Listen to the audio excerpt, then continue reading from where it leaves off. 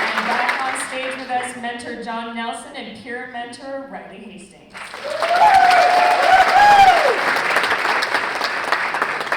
Congratulations on this piece, very well done. And I saw that we have the musician, I think, right? Bill. Shout out to Bill.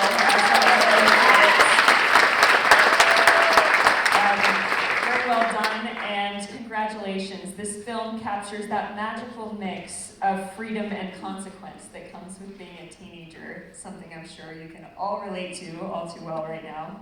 Can each of you share one word about what Bicycles means to you now that it's finished?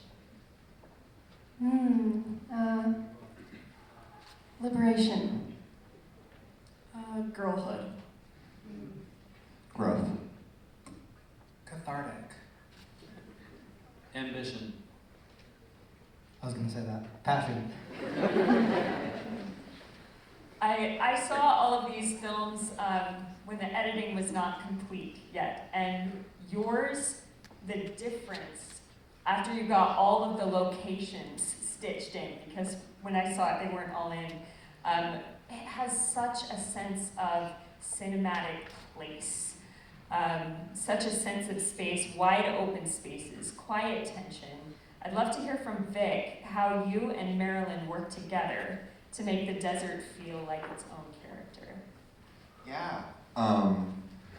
Well, Marilyn had such a strong vision already for the film that once we went out together to the locations and worked together on the shot list and everything, it all just came together really well. And we had such beautiful locations in Helper and out in Lone Rock that really, I feel like, tied it all together. Yeah, I mean, we did a lot of location scouting, as you can maybe imagine. And when we arrived to those locations, it was so spectacular, and we just thought it was going to be so magical and so real to capture that on film. The bridge was a scene that was not in the unedited version that I saw, and it was just stunning. Well done. Marilyn, the pacing feels really intimate and unhurried as well. How did you decide what moments to linger on versus what to cut? Great question. I think that real road trips, if you've been on one, which most of you probably have, there are those really high tension moments where everything's on the line and we've got to hit all the gas stations and everything is so exciting, we're going to blast the oldies playlist. And then there's those moments where it's just stretches of long road and you have the most brilliant conversations in those moments. And so for me, it was sort of just mirroring my own experiences with road trips. Yeah. Thank you. Agatha, it looks like this film took serious logistics between bikes and camping gear and long shots in remote areas. What was the hardest part about pulling it off as a student team? That's a good question. It was definitely a huge challenge because basically it was planning like a 4-day trip with our entire crew of people in the desert, which was a crazy experience, on top of several pickups back in Salt Lake. So the way that I dealt with that was I had crazy schedules I made that basically patterned out every second of every day, where we were going to be, what we were going to be shooting, what we'd be eating, all of those things. But yeah, there were definitely a lot of moving parts to handle to make it not only like a productive experience and make this fantastic film, but also for everyone to have a great time and have the adventure that we wanted them to have. Also, I wanted to take a second to just appreciate all of the amazing people who contributed to make Bicycles possible. We have some of our Bicycle contributors in the audience, if you guys could stand up. Thank you so much. It would not have been possible without you guys. Wonderful tribute. Fernando, even though we only hear about Joan's trailer and we never see it, we feel the difference between her world and Annie's world. How did you use locations like Annie's home and the diner and the desert to express those unseen constraints? Yeah, so with Amy's home, I just wanted it to feel very like they're just surrounded by all of their stuff. And you know, when they go to the desert, we really wanted to meticulously and strategically pick out their props because it's just what they needed. And that can be kind of freeing in a way. Thank you. A question for all of you, or again, any of you who would like to watch, or like to answer. The two girls experience freedom and friction at the same time. What do you think this film says about growing up and realizing that your path might diverge from your friends? Growing up is hard. Growing up is like Technicolor, especially those teen years. Everything is vivid and 100 times the emotion. You feel everything. There's so many firsts. And I just felt like the film capturing that spirit, that essence of friction existing with the happiness at the same time.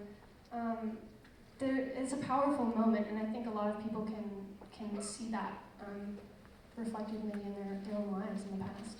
Yeah, it's kind of universal. Yeah. Also, the word like I picked was girlhood to kind of summarize it, and I think that's a big part of the film too, is exploring a complex female friendship, because I think female friendships inherently are complicated and you're often pitted against each other, but like in this case, I think is a really great example of being able to prevail through that and your relationship being even stronger because of it. So much wisdom. Anybody else want to share on that point? Okay. They're like girlhood. Complicated, yes.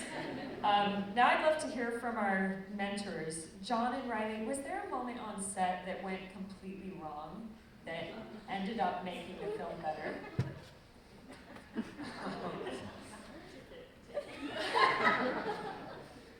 During the first bit of shooting, the plan was to get almost everything done in the deserty and the town area in Helper. And so it's okay, we're gonna get all this done in 4 days, and then there's just a bunch of technical issues happening on set. The batteries weren't working. I think one of the nails was stripped on something. It was crazy. But they weren't able to get the gas station scene during that trip. So we had to go back and schedule for a pickup shoot to go back to Helper.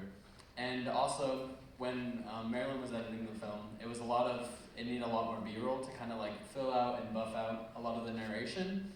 And so I think it was so important to get that trip because I think that part of the gas station was very emotionally charged. It had kind of the funny bit with her sitting, and it was just, I think it just needed the more time to, for them to shoot it. Yeah. There's a story there where you'll have to ask him, Yeah, so, I mean, any production is going to have its challenges and things to work through. But I think one thing that kind of made this film better when we came across challenges is initially the fight scene was more scheduled for this sunset, late afternoon kind of a time, and we were just running late to that. So we ended up having to film it with no sun and just our lights and stuff.